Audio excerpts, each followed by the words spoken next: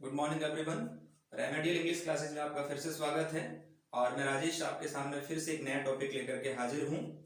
बहुत ही अच्छा टॉपिक है, शॉर्ट टॉपिक है और कई एग्जाम्स में भी शॉर्ट जो क्वेश्चन है उसके रूप में ये पूछा जाता है और हमें इस चीज का पता भी होना चाहिए। कई बार क्या कोई छोटी सी चीज हमें नहीं आती है तो हम इंटरनली जो है डिमोटिवेट हो जाते हैं कि मुझे छोटी सी चीज नहीं आ रही, और हम कई दिनों से या कई सालों से उसके टॉप में टच में भी हैं, जो सब्जेक्ट है उसके टच में है, लेकिन कई बार क्या हम अपडेट नहीं रहते, तब वो टॉपिक का जो पॉइंट है या जो भी बिंदु है मान लो वो हमें उस टाइम जो है रिकॉल नहीं होता और हम क्या थोड़ा सा अपने आप को डिमोटिवेट फील करते हैं कि यार छोटा सा टॉपिक मुझे जो है या छोटा सा जो बिंदु है उसके बारे में मुझे जानकारी नहीं है। तो हमें क्या है, अपडेट रहना चाहिए। यदि हम अपडेट रहेंगे तो हमारा जो भी टॉपिक है वो हमारे माइंड में रहेगा और हम इंटरनली जो है वो डिमोटिवेट नहीं होंगे। Let's see the new topic, the phrase and the clauses.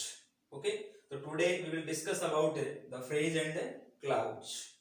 First of all we will discuss about the definition of phrase, after that its examples, और after that we will discuss about the clauses and its example. Okay, आज हम इन दोनों topic के बारे में study करेंगे और बहुत ही इजी टॉपिक है, इंटरेस्टिंग टॉपिक है। फर्स्ट ऑफ ऑल हम क्या करते हैं, फर्स्ट ऑफ ऑल हम फ्रेज के बारे में देखते हैं कि फ्रेज होता क्या है। Okay, what is the phrase. Okay, और इसका जो डेफिनेशन है वो क्या होता है, इसकी जो परिभाषा है वो क्या होती है वो देखिएगा। A group of words which makes sense but not complete sense. क्या स्टडी किया आपने? ए ग्रुप ऑफ वर्ड्स, शब्दों का एक समूह होता है। A group of words, group of words शब्दों का समूह है। विच मेक्स सेंस, जो अर्थ तो बनाता है या अर्थ तो देता है, बट नॉट कंप्लीट सेंस, लेकिन इसका सेंस क्या नहीं होता, कंप्लीट नहीं होता। ओके, शब्दों का समूह होता है जो अर्थ तो देता है लेकिन अर्थ कैसा नहीं देता, कंप्लीट अर्थ जो है उसका नहीं होता है, is called a phrase. Is that clear? कहने का मीन्स क्या हुआ, group of words, group of words शब्दों का समूह है, विच मेक्स सेंस, जो सेंस तो देता है, अर्थ तो देता है, लेकिन but not complete sense, sense का क्या नहीं होता, कंप्लीट नहीं होता, इज कॉल्ड ए फ्रेज। इसको हम फ्रेज कहते हैं या यह फ्रेज कहा जाता है। शब्दों का समूह होने से मतलब शब्दों के समूह का भी कई बार अर्थ तो होता है लेकिन उसका कंप्लीट जो सेंस है ना वो नहीं होता है।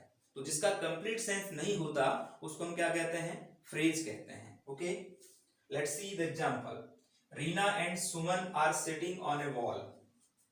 Reena and Suman are sitting on a wall.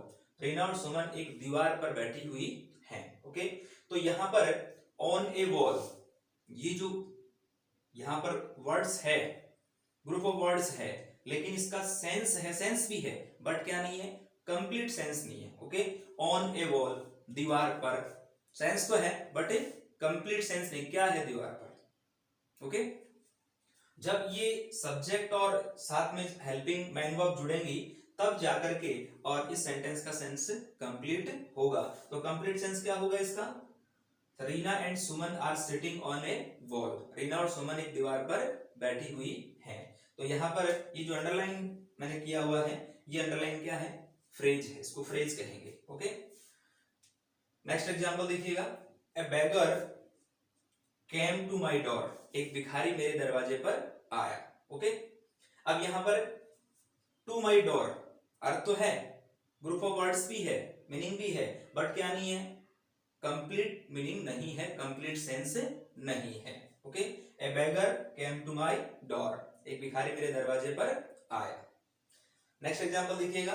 It was sunset of great beauty, आज का जो सूर्यास्त था काफी सुंदरता वाला सूर्यास्त था या काफी सुंदर सूर्यास्त जो है वो था। तो यहां पर ऑफ ग्रेट ब्यूटी, अत्यधिक सुंदरता वाला या अत्यधिक सुंदर जो है वो था, लेकिन यहां पर ऑफ ग्रेट ब्यूटी का मीनिंग तो है, ग्रुप ऑफ वर्ड्स भी है बट कंप्लीट सेंस नहीं है। कंप्लीट सेंस ये सब्जेक्ट मैन वर्ब जब लगेंगे, हेल्पिंग जब लगेगी तब कंप्लीट सेंस होगा। तो कंप्लीट सेंस क्या हुआ, इट वाज सनसेट, सनसेट था, कैसा था, ऑफ ग्रेट ब्यूटी, बहुत ही अधिक सुंदरता वाला जो है वो सनसेट था या सूर्यास्त था। ओके, तो आई होप ये आपको समझ में आया होगा। हमने भी क्या स्टडी किया, फ्रेज के बारे में स्टडी किया, फ्रेज की डेफिनेशन देखी, इसके बाद इसके एग्जांपल्स देखें। तो फ्रेज आई होप आपको समझ में अच्छी तरह से आ गई होगी। फिर से देख लें फ्रेज को, ग्रुप ऑफ वर्ड्स होता है। फ्रेज क्या होता है, व्हाट इज फ्रेज या what is the definition of phrase? A group of words which make sense but not complete sense is called a phrase. शब्दों का एक समूह होता है व्हिच मेक सेंस, जो सेंस तो देता है, अर्थ तो देता है, but not complete sense is called a phrase, उसको फ्रेज कहा जाता है। Okay, let's see clause. Clause क्या होता है उसमें देखिएगा, ए ग्रुप ऑफ वर्ड्स, शब्दों का समूह तो ये भी होता है, a group of words which forms part of a sentence. शब्दों का एक समूह है जो क्या करता है, एक सेंटेंस का पार्ट तो बनाता है, एक सेंटेंस का भाग तो जो है वो बनाता है या भाग तो होता है। और उसमें भी क्या होता है फिर, and contains a subject, main thing is here, subject and a predicate, subject और प्रेडिकेट उसमें होना चाहिए। शब्दों का समूह होता है, सेंस भी क्या करता है, एक सेंटेंस का पार्ट जो उसका सेंस बनाता है, ये सेंटेंस का एक पार्ट है उसका, ये क्या होता है कि सेंसफुल होता है, लेकिन उसमें और क्या होता है, एंड कंटेन्स अ सब्जेक्ट, उसमें सब्जेक्ट भी कंटेन होता है, मतलब सब्जेक्ट भी इंक्लूड होता है, एंड प्रेडिकेट, और जो प्रेडिकेट है सब्जेक्ट के बाद वाला जो पार्ट है, मैंने प्रीवियस क्लास में आपको प्रेडिकेट के बारे में बताया था, तो वो भी होता है। प्रेडिकेट मींस विधेय, सब्जेक्ट के बाद वाला जो भी पार्ट होता है सेंटेंस का उसको प्रेडिकेट कहते हैं। तो प्रेडिकेट भी उसमें क्या होता है, शामिल होता है, इंक्लूड होता है, इज कॉल्ड ए क्लाउज, उसको क्या कहा जाता है, क्लाउज कहा जाता है।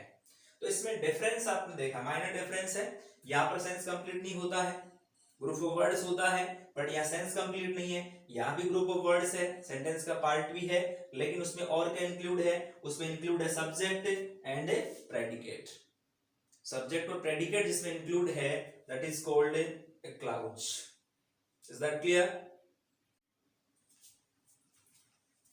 फ्रेज के बाद हम देखते हैं क्लाउज के बारे में। तो क्लाउज देखिएगा, a group of words which forms part of a sentence, शब्दों का एक समूह होता है जो क्या करता है, फॉर्म्स मींस बनाता है, पार्ट ऑफ ए सेंटेंस, एक सेंटेंस का पार्ट तो वो बनाता है, ठीक है ना, बट क्या होगा आगे, and contains a subject and A predicate, लेकिन उसमें क्या क्या शामिल होता है, सब्जेक्ट भी होता है और प्रेडिकेट भी होता है, जो मैंने आपको प्रीवियस क्लास में बताया था कि प्रेडिकेट क्या होता है, सब्जेक्ट आप सभी जानते हैं, is called a clause.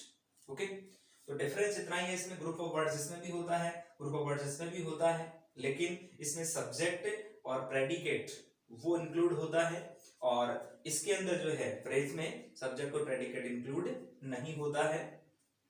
Example देखिएगा, आई थिंक दैट, अब यहाँ पर देखो ये दैट से जुड़ा हुआ क्लॉज है, इधर आगे वाला जो है ये दैट से जुड़ा हुआ है, यहाँ पर ये वाइल से जुड़ा हुआ है, ओके, और यहाँ पर हु से जुड़ा हुआ है, ठीक है। तो फर्स्ट एग्जांपल देखो, I think that you have committed a mistake, तो यहाँ पर जो भी ये इटैलिक्स है या जो अंडरलाइन कर रखा है वो पार्ट क्या है, वो क्लाउज है। ओके, ग्रुप ऑफ वर्ड से ये you have committed a mistake, तो यहाँ पर एक सब्जेक्ट हो गया, ये वाला क्या हो गया, ये पूरा प्रेडिकेट हो गया, सब्जेक्ट के बाद वाला पार्ट प्रेडिकेट हो गया, तो सेंटेंस का सेंस क्या हो गया, कंप्लीट हो गया। ओके, यहाँ देखो, I couldn't start while it was raining heavily, तो यहाँ पर देखिए आप सब्जेक्ट है, फिर आगे वाला पार्ट क्या है, प्रेडिकेट है, तो ये भी इसमें इंक्लूड होता है। यहाँ पर देख लीजिए, the person who pay their debts are trusted, जो लोग अपना ऋण चुकाते हैं या ऋण पे करते हैं वो क्या कहलाते हैं, ट्रस्टेड व्यक्ति पर्सन कहलाते हैं, या उन पर लोगों का विश्वास ज्यादा होता है। तो यहाँ पर देखो आप, हु पे देयर डेट्स, अब यहाँ पर भी क्या है, ये एज ए सब्जेक्ट के रूप में ही है, कनेक्टिव के है वाली जुड़ा हुआ, ये क्या है, कनेक्टर है एक तरह से, लेकिन यहाँ पर द पर्सन हु, लोग जो, कौन से लोग, जो पैसा चुकाते हैं, ऋण चुकाते हैं, वो विश्वास पात्र कहलाते हैं। तो यहाँ पर भी देखो क्या है, ये एज ए सब्जेक्ट कनेक्टर के रूप में काम कर रहा है यहाँ पर, और आगे वाला पार्ट क्या हो गया, प्रेडिकेट हो गया। ओके, तो इस प्रकार से ये हमारा क्लाउज का चैप्टर जो है आपने देखा, ही क्लाउज का टॉपिक आपने देखा अभी यहाँ पर। तो इस प्रकार से जो है हम 1 बाय 1 करके और इनकी स्टडी हम करते हैं। एक बात यहाँ पर जो बात समझ में आई आपको, डेट वाली, ठीक है ना, तो हमें प्रोनाउंसिएशन का भी ध्यान रखना चाहिए। इंपॉर्टेंट चीजें होती है प्रोनाउंसिएशन की, तो उनको थोड़ा सा हमें माइंड में रखना है। तो आपको क्लाउड्स अच्छी तरह समझ में आ गया होगा। अब यहाँ पर देखो, you have committed a mistake, जो भी अंडरलाइन किया हुआ है वो क्या है, क्लाउड्स है। ओके, तो ये हमें ध्यान रखने की बात है।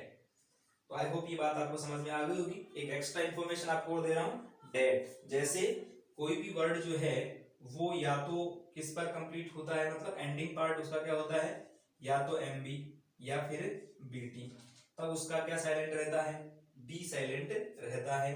जैसे यहां पर मैं बात करूं तो डी यू एम और बी, डम, उसको डम पढ़ेंगे, डम बै नहीं पढ़ेंगे। ओके, तो यहाँ पर प्रोनाउंसिएशन का क्या हो जाएगा, डम हो जाएगा प्रोनाउंसिएशन, और इसका बी साइलेंट रहेगा। यहाँ पर देख लो D O U B T, doubt, तो यहाँ पर भी क्या साइलेंट रहेगा, इसका बी साइलेंट रहेगा। यहाँ पर इसका भी क्या है, बी साइलेंट है। तो ये डेट्स, इसको जो है वो पढ़ा जाएगा। तो आई होप ये बात आपको समझ में आ गई होगी। और नेक्स्ट क्लास में जो है हम एक नए टॉपिक के साथ में फिर से मिलेंगे। तब तक आप इनकी स्टडी करते रहें, इनको रिवाइज करते रहें। ओके, बहुत इजी टॉपिक है, नॉर्मल टॉपिक है, लेकिन आपको अपने आप को जो है थोड़ा अपडेट रखना पड़ेगा। अगर अपने आप को अपडेट आप नहीं रखेंगे तो ये चीजें माइंड से स्लिप हो जाएंगी। इसलिए one by one, short and short जो आपके टॉपिक हैं, बिल्कुल शॉर्ट एंड स्वीट जो टॉपिक हैं, उनको आप धीरे धीरे स्टडी करते रहें और अपना नॉलेज है उसको इंक्रीज करते रहें।